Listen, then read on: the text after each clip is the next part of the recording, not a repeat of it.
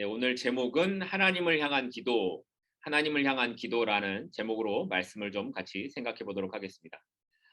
지난주에 살펴본 것처럼 예수님께서는 제자들에게 기도를 가르쳐 주시면서 가장 먼저 하나님을 아버지라고 부르라고 하셨습니다. 이 말은 우리가 기도하는 것이 아무런 대상이 없이 그냥 주문처럼 그냥 외우는 것이 아니라 우리의 기도를 들으시는 분이 계시고 그분이 바로 창조주 하나님이시다라는 것을 분명하게 말씀하는 거였습니다. 그런데 그 기도를 받으시는 하나님을 뭐라고 우리가 부른다고요? 아버지라고 부른다는 겁니다.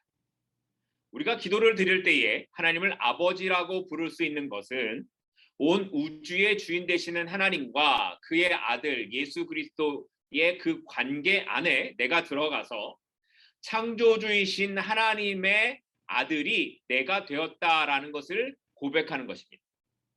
이제는 창조주와 피조물과의 관계로서 끝나는 것이 아니라 그 창조주 하나님의 아들로 불려지는 은혜를 입은 자가 되었다라는 선언이 아버지라는 부름이었습니다. 그리고 그 하나님을 아버지라고 부르는 자녀들이 다 우리가 되었고 교회는 그 우리의 모임이 되어서 이제는 혼자가 아닌 공동체로 이 땅 가운데 살아가야 된다라는 것도 살펴봤습니다. 마지막으로 그렇게 우리의 아버지이신 하나님이 하늘에 계시다라고 고백하는 것은 하나님의 능력과 권위가 한이 없으시다라는 것과 그 하나님께서 하늘과 우주와 이 온 땅 가운데 존재하시는 분, 그래서 결국에는 지금도 나와 함께 계시는 분이시다라는 것을 고백하는 것, 그것이 하늘에 계신 우리 아버지라는 것을 살펴봤습니다. 기억을 하실 겁니다. 네. 그리고 오늘 이어서 나오는 기도의 내용을 우리가 계속 살펴볼 텐데요. 그리고 이어지는 주기도문의 내용이 어떤 것입니까? 지난주에도 설명드렸던 것처럼 주기도문에 하나님에 관한 것과 사람에 관한 것 이렇게 나눠져 있다고 말씀을 드렸는데 먼저 하나님에 관한 것, 그 내용이 나오는 것 세 가지가 뭐였습니까? 이름이 거룩히 여김을 받으시오며 나라가 임하시오며 뜻이 하늘에서 이루어진 것 같이 땅에서도 이루어질 것입니다. 이 세 가지입니다. 자, 그러면 먼저 이름이 거룩히 여김을 받으신다라는 것이 의미하는 것이 뭘까요? 이 이름이 거룩히 여김을 받는다. 이게 영어 성경을 보니까 Hallowed be your name 이라고 이렇게 되어 있습니다.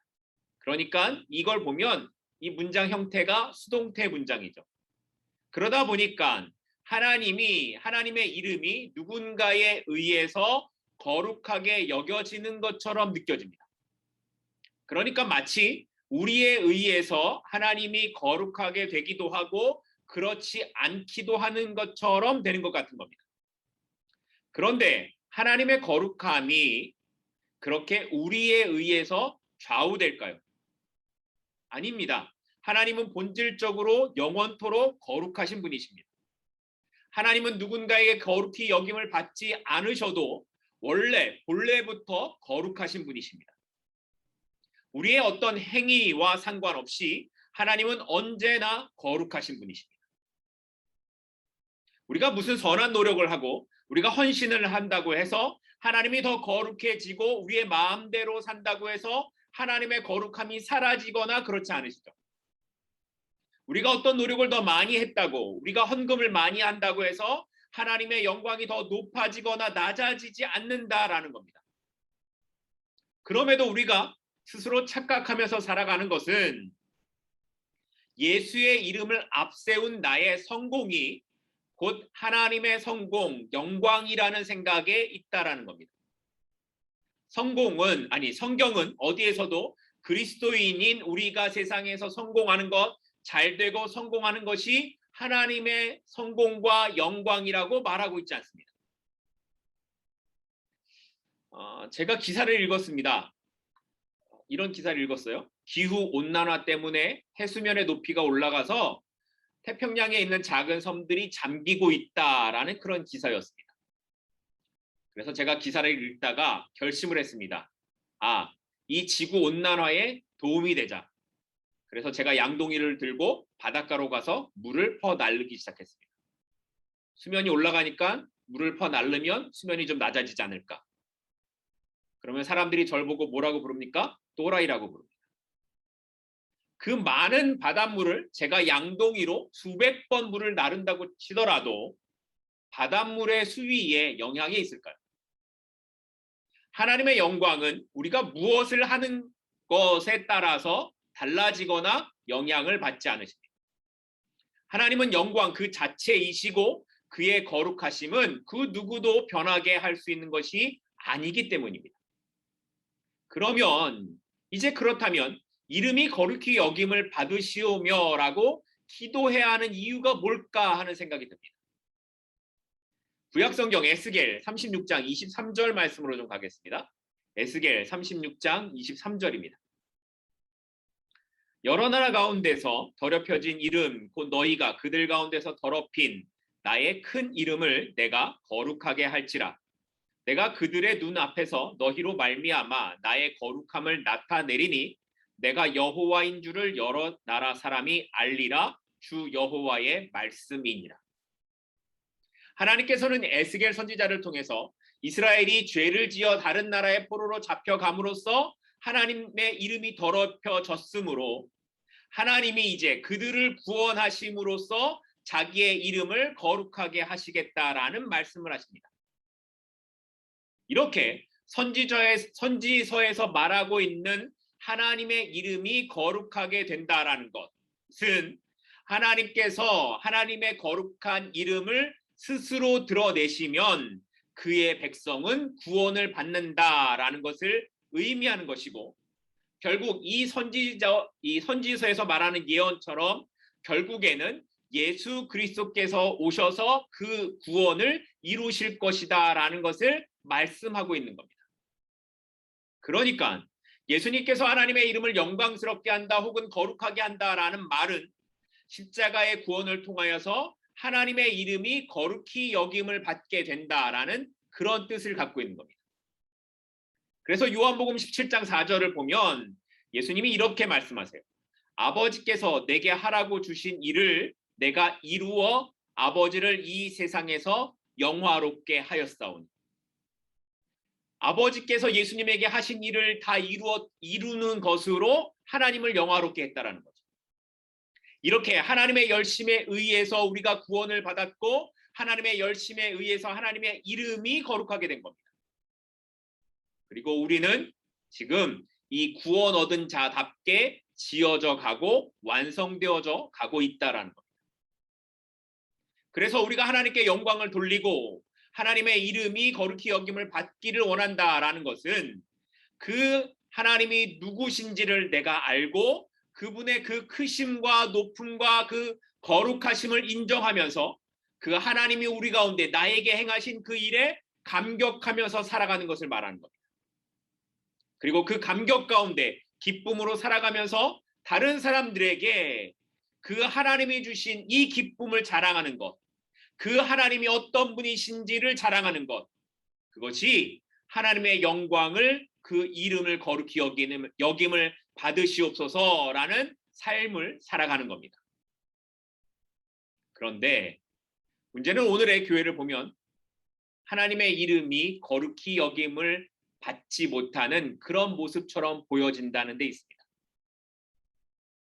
그리스도인이라고 불리는 많은 사람들이 하나님의 이름이 거룩히 여김을 받으시는 그것을 인정하며 살아가고 있지 않고 그 구원의 감격과 기쁨이 아니라 세상에서 나의 욕망을 채우고 나의 이름이 더 높아지기만을 갈망하다가 결국에는 교회가, 기독교가 땅에 떨어져 버린 것 같은 그런 시대를 우리가 살아가고 있습니다. 그러나 그럼에도 주님이 가르쳐 주신 기도처럼 결국에는 하나님께서 하나님의 이름을 거룩하게 하실 것을 믿습니다. 그리고 그 일에 여전히 삶의 자리에서 구별된 삶을 살아가겠다라고 힘쓰고 싸우고 있는 어떠한 신자들, 거룩한 삶을 살아보겠다고 세상의 방법이 아니라 하나님의 방법으로 싸움을 싸우는 그런 사람들을 통해 이 시대 가운데 하나님의 뜻을 보여주실 것이라고 생각합니다. 하나님의 크심과 영광과 거룩하심이 영원하심을 믿으십니까? 바라기는 날마다 하나님의 이름이 거룩하게 되기를 기도하면서 우리의 삶 속에서 구원 얻은 자다운 삶을 살아가는, 그리고 때로는 실패하더라도 끝까지 그 삶을 살아가겠다라고 결단하는 저와 여러분들, 우리 교회의 모든 성도들이 될 수 있기를 소망합니다. 두 번째로, 이름이 거룩히 여김을 받으시오며 다음에 가르쳐 주신 기도가 나라가 임하시오며입니다. 여러분은 하나님의 나라, 천국 하면 어떤 것이 가장 먼저 떠오르십니까? 천국 그러면 아마 요한계시록에 나오는 것처럼 진주와 보석이 가득하고 금으로 된 성이 있고 그곳에는 질병도 없고 눈물도 없고 생명수가 흘러가는, 아마 그러한 것들을 생각하시는 분들이 많으실 겁니다. 그러니까 사람들이 하나님 나라를 생각하면 가장 먼저 떠오르는 것은 장소적인 개념입니다. 그런데 예전에 여러분들이 학교 다니실 때 아마 배우셨던 것이 기억나시는 분들도 계실 텐데요. 국가를 구성하는 세 가지 요소가 있습니다. 뭔지 기억나시나요? 나라가 되려면 먼저 잘 살고 있는 땅이 있어야 돼요. 이걸 영토라고 하죠. 그리고 그 땅에 살고 있는 사람들이 있어야 돼요. 이걸 국민이라고 합니다. 그리고 마지막으로 그 국민들이 그 땅의 주인으로 살아갈 수 있는 권리, 이걸 주권이라고 합니다. 그러니까 영토와 국민과 주권, 이 세 가지를 국가를 구성하는 세 가지 요소라고 말합니다. 그러면 이 세 가지 요소 중에서 가장 중요한 것이 뭐라고 생각하십니까? 여러분이 대한민국, 미국 그러면 뭐가 제일 먼저 떠오르십니까? 아마도 영토, 땅이 먼저 떠오르실 겁니다. 그런데 실제 나라를 구성하는 데에서 가장 중요한 것은 주권입니다. 그 다음이 국민이고 그 다음이 영토입니다. 그래서 대한민국 헌법을 보더라도 가장 먼저 나오는 것이 주권에 관한 것입니다. 실제로 우리나라가 일본의 식민지로 살아가던 시절에 올림픽에서 마라톤을 뛰어가지고 금메달과 동메달을 딴 사람들이 있었죠. 손기정과 남승용이라는 사람입니다. 그런데 이들은 올림픽에서 가슴에 일장기를 달고 뛰었고 시상식에서도 일본 국기가 개양되었습니다. 왜냐하면 당시 대한민국은 주권이 없는 나라였기 때문입니다. 아니, 주권이 없는 나라는 국가로 부르지도 않고요. 그냥 식민지라고 부릅니다. 그래서 하나님의 나라, 천국도 장소적인 개념이 아니라 이 주권, 통치의 개념으로 이해를 해야 정리가 됩니다. 예를 들어 이런 겁니다. 가끔 중국이나 러시아 같은 곳에서 아니면 뭐 다른 나라에서 망명하는 사람들에 관한 기사를 보게 됩니다. 그런데 이 망명하는 사람들이 죽음을 각오하고 찾아가는 곳이 있어요. 거기가 어디냐면 대사관입니다. 자기 나라이기는 하지만, 그 땅이기는 하지만 그 나라 안에 있는 대사관을 찾아가죠. 비록 러시아 땅이고 중국 땅이기는 하더라도 일단 그 안에 있는 미국 대사관에 들어가면 살 수 있습니다. 왜냐하면 그 대사관은 그 나라 땅의 통치를 받지 않고 미국 대통령의 통치를 받는 곳, 미국 땅의 일부로 여겨지기 때문입니다. 이렇게 하나님의 다스림을 받는 곳은 그곳이 어느 곳이든지 간에 하나님의 나라이고 천국이라고 할 수 있는 겁니다. 또 반대로 하나님의 다스림을 거부하고 자기가 왕으로 통치하는 곳이라면 그곳은 어디든 자기 나라가 되는 겁니다. 그래서 우리가 속한 왕국이 이 땅에 있으면 우리의 진가는 이 세상에 있는 것들로 나타나야 되는 것이 맞습니다. 그런데 여러분이 속한 나라, 제가 속한 나라는 하늘에 있는 하늘나라입니다. 그렇기 때문에 우리의 진가는, 우리의 열매는, 우리의 가치는 이 땅에 있는 것으로 증명되지 않고 어디의 것으로요? 하늘나라의 것으로 증명되고 나타나야 된다는 겁니다. 그러니까 내가 그리스도인이 되었다라는 것은 나는 이제 하나님의 나라 사람이 되었기 때문에 이 땅의 것을 얼마나 많이 누리고 소유하는가로 나를 증명할 수 없다라는 것을 의미하는 겁니다. 우리가 어떤 하나님의 백성인가를 우리가 얼마나 성공적으로 이 땅에서 잘 살아가느냐로 평가해서는 안 된다라는 거예요. 우리는 하나님 나라의 백성으로서 그 하나님의 나라가 임하기를 기도하는 사람들입니다.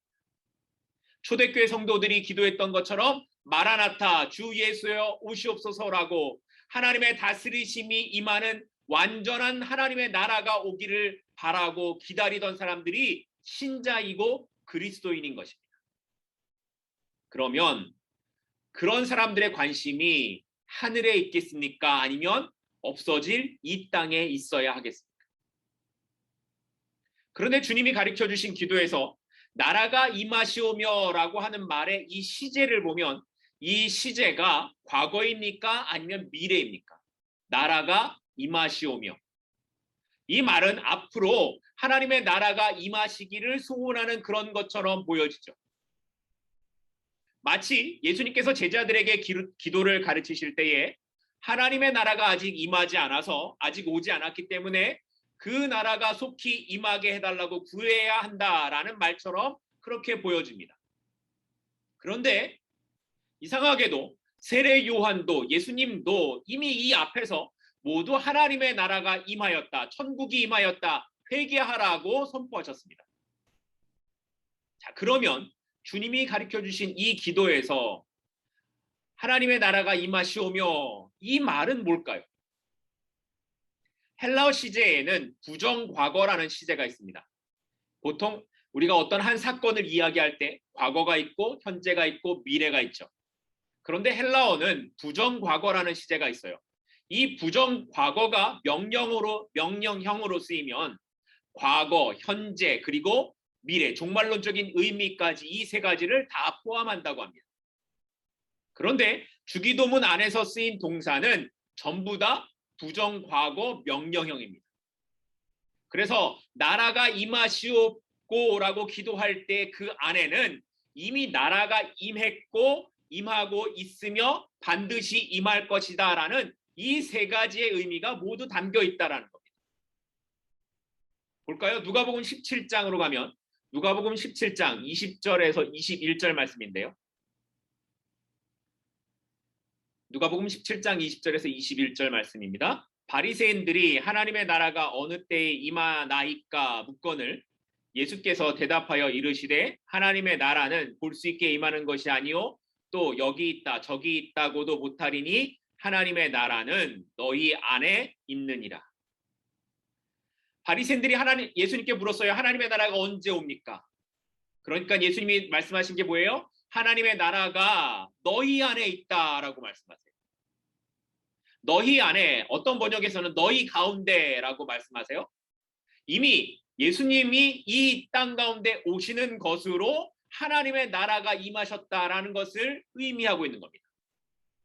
그리고 그 하나님의 통치를 받는 사람들이 바로 하나님의 나라가 임한 사람들이다라는 것까지를 말씀하고 계시는 거죠. 이렇게 하나님의 나라는 이미 임했고 또 우리 가운데 있지만 완전한 나라로 오실 것이라는 의미가 이 기도 가운데에 시제 가운데에 담겨져 있는 겁니다. 그러니까 하나님의 나라가 임하시오며라고 기도하는 의미는 하나님의 나라가 이미 임했고 나는 그 통치 아래에 있습니다. 그리고 앞으로 오실 그 주님을 기다립니다를 고백하는 기도인 겁니다. 그럼에도 우리는 하나님의 나라와 관련해서 종종 오해를 하곤 합니다. 어떤 오해냐면 이런 거예요. 마태복음 6장 33절인데요. 잘 아는 말씀입니다. 마태복음 6장 33절. 그런즉 너희는 먼저 그의 나라와 그의 의를 구하라. 그리하면 이 모든 것을 너희에게 더하시리라. 여기 그의 나라, 그러니까 하나님의 나라와 의를 구하는 것을 말씀하시는데 사람들의 관심은 나라와 의를 구하는 것에 강조점을 두지 않고 모든 것을 더하시는 것에 강조점을 둡니다. 그래서 어떤 오해들이 생기냐면 하나님의 나라와 의를 구하고 하나님께서 모든 것을 더해 주신다라는 그 의미가 내가 열심히 성경을 읽거나 열심히 기도를 하거나 열심히 교회에 나오거나 열심히 봉사를 하면 하는 일마다 다 잘 되고 다른 사람들보다 진급도 빨라지고 시험도 잘 보고 사업도 잘 될 것이라는 생각을 하는 겁니다. 왜냐하면 지금 이 강조점이 모든 것을 더하시리라에 초점을 두고 있기 때문에 그렇습니다. 그런데 이 33절 말씀을 말씀하시기 전에 예수님은 마태복음 6장 32절 바로 앞에서 이렇게 말씀을 하세요. 이는 다 이방인들이 구하는 것이라 너희 하늘 아버지께서 이 모든 것이 너희에게 있어야 할 줄을 아시느니라. 여기서 이방인들의 관심이 뭘까요? 31절에 나오는데 무엇을 먹을까, 무엇을 마실까, 무엇을 입을까 하는 것이라고 말을 합니다. 그리고 여기서 말하는 이방인들은 하나님을 모르는 사람들, 자기 인생의 주관자가 자기 자신인 사람들을 말합니다. 그들은 먹을 것, 마실 것, 이 땅에서 필요한 것들을 더 많이 누려야 하기 때문에 그것의 노예가 된 사람들입니다. 그래서 어떻게 해서든지 그들은 다른 사람들보다 더 많은 것을 쌓아야 안정될 것이다 라는 생각을 하는 겁니다. 그래서 그들은 이 땅에 있는 것에 가치를 두고 그것을 쌓는 것을 인생의 목표로 사는 사람들이라는 겁니다. 물론 예수님께서 하신 말씀이 우리에게 의식주가 필요하지 않다라는 것이 아닙니다. 우리도 이 땅을 살아가는 동안에 당연히 필요하고요. 그것을 구해야 합니다. 그럼에도 이 말씀을 하시는 것은 강조점이 어디 있냐라는 겁니다. 더 많은 것을 주실 것이다 라는 것이 아니라 그의 나라와 그의 의의를 구하는 것. 그 많은 것들을 구하는 것에 염려를 달고 거기에 노예가 되지 말라고 말씀하는 거죠. 우리가 이 땅을 살아가는데 꼭 필요한 것이 있어야 하지만 신자는 이 땅에서 먹고 마시고 입는 것을 목적으로 두고 사는 사람이 아니라 하나님의 나라와 그 의의를 구하는 데 목적이 있다라는 겁니다. 하나님의 다스림 안에 들어가 사는 것이 신자의 삶의 우선이 되어야 된다라는 것을 말씀하고 있는 겁니다. 자, 그러면 여러분에겐 하나님의 나라가 임하였습니까? 우리의 삶과 가치관이 하나님의 다스림 속에 있지 않으면 나는 나의 나라를 살아갈 뿐입니다. 하나님 없는 이방인들처럼 내 나라를 채우고 내가 주인 되는 삶을 살아가는 하나님 없는 이방인일 뿐입니다. 나라가 임하시오며 우리가 이 기도를 드릴 때마다 우리의 고백은 나는 하나님의 다스림 안에 있습니다. 내 욕심과 생각은 사라지고 하나님의 다스림 가운데에 살겠습니다. 이 고백이 저와 여러분 가운데 있기를 소망합니다. 마지막으로 주님이 가르쳐 주신 기도에서 하나님을 향한 마지막의 기도는 뜻이 하늘에서 이루어진 것 같이입니다. 누가복음에는 주님이 가르쳐 주신 그 기도의 내용이 하나님을 향한 것이 이름이 거룩히 여김을 받으시고 나라가 임하시오며 이 두 가지만 기록되어 있는데 마태복음에서는 뜻이 하늘에서 이루어진 것 같이 땅에서도 이루어집니다가 더 있습니다.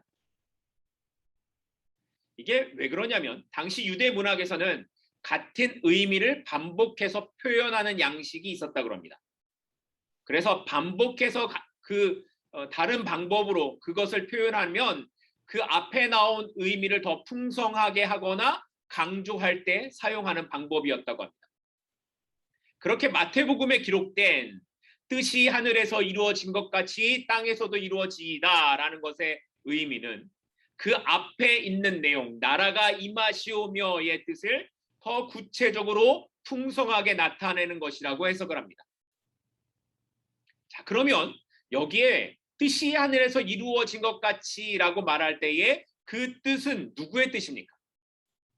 물론 하나님의 뜻입니다. 그리고 성경은 이런 하나님의 뜻이 잘 이루어진 모습을 창세기 1장에서 보여줍니다. 창세기 1장을 보면 하나님이 태초에 천지를 만드시죠. 하나님의 뜻대로 세상이 창조되어집니다. 빛이 있으라 하시니까 빛이 생기고 땅과 하늘을 나누시고 동물과 식물을 만드시는 모든 것들이 하나님의 뜻하신 대로 그대로 다 이루어졌습니다. 그래서 하나님의 뜻하신 대로 창조된 세상을 보시고 하신 말씀이 뭐였습니까? 하나님의 보시기에 좋았더라, 심히 좋았더라 였습니다.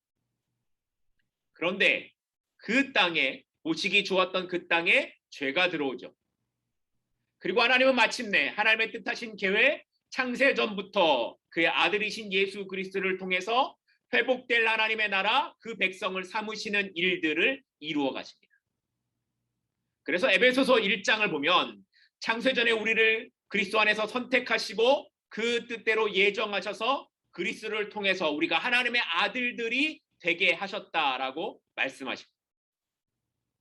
그러니까 하나님의 뜻이 잘 나타났던 이 창조의 모습처럼 예수 그리스도를 이 땅에 보내셔서 그의 죽으심을 통하여 우리를 하나님의 자녀로 삼으신 것은 하나님의 뜻이 하늘에서 가장 완벽하게 이루어진 모습을 말씀하고 있는 겁니다.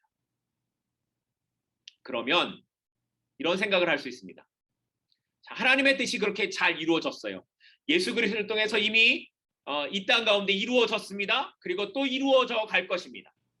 그러면 하나님의 뜻은 어차피 하나님께서 이루실 것인데 우리가 하나님의 뜻이 이루어지기를 기도해야 하는 이유가 뭘까 하는 그런 생각이 드시죠. 예수님께서 잡히시던 날 밤에 예수님이 어떤 기도를 하셨습니까?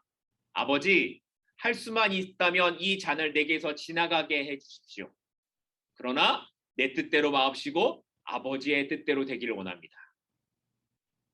예수님의 뜻은 무엇이었습니까? 이 잔이 나에게서 지나가게 해달라는 거였습니다.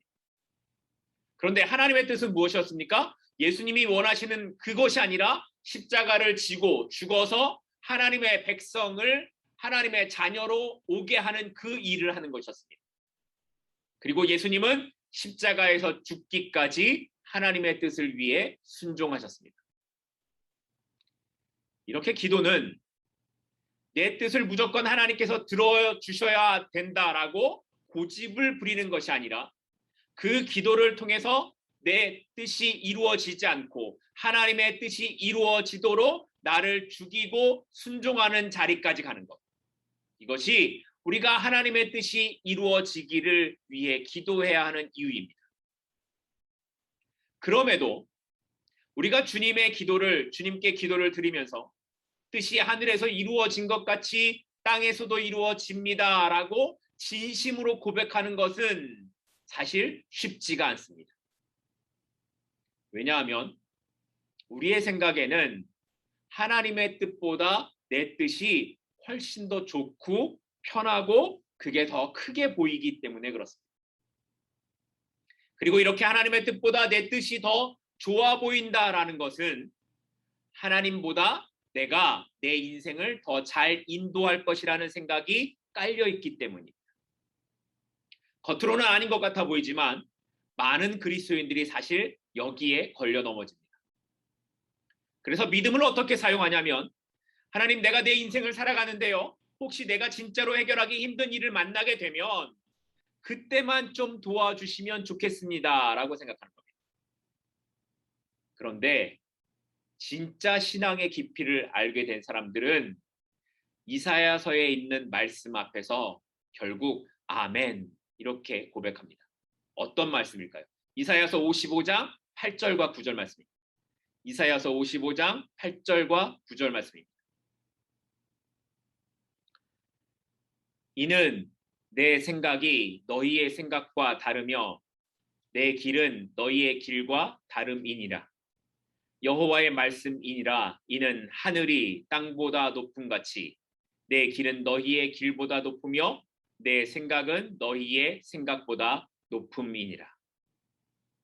우리의 지혜나 우리의 생각보다 하나님의 지혜와 하나님의 생각이 비교할 수 없을 정도로 높고 깊다는 것을 우리가 인정할 때에 우리는 하나님의 뜻을 이루어가는 삶을 살아갈 수 있습니다. 나는 하나님 앞에서 아무것도 아니며 나는 가장 작은 자 중에 작은 자일 뿐입니다. 그 고백이 우리에게 있어야 우리는 이 땅에서 하나님의 뜻이 이루어지기를 소망합니다의 삶을 살아가는 사람이 되는 겁니다.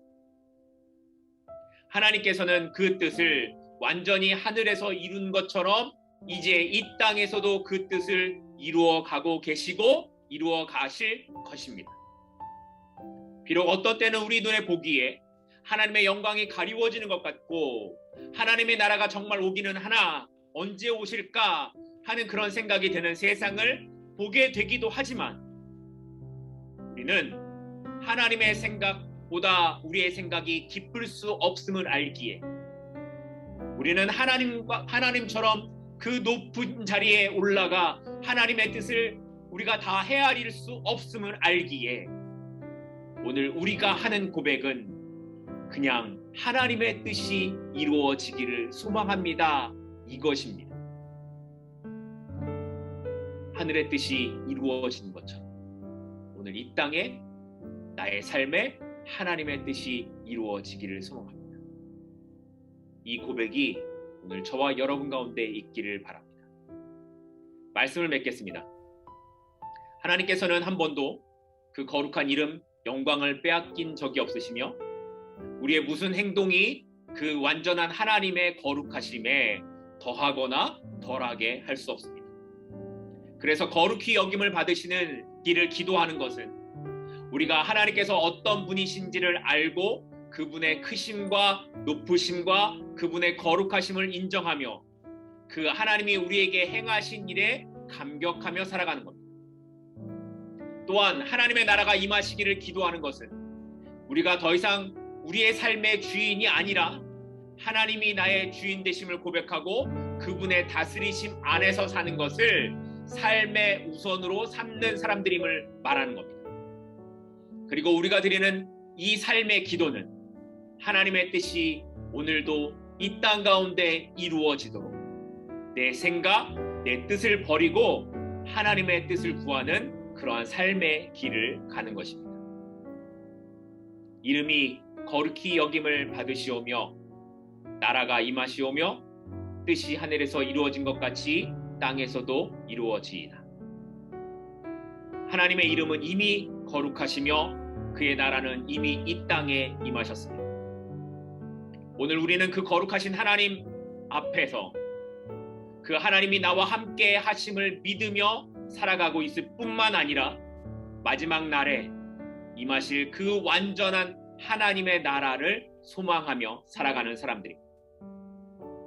오늘 이 기도의 고백이 저와 여러분에게 있어서 주님과 함께 동행하는 주님의 나라를 향해 살아가는 복된 성도들이 될 수 있기를 주님의 이름으로 축복합니다. 기도하겠습니다.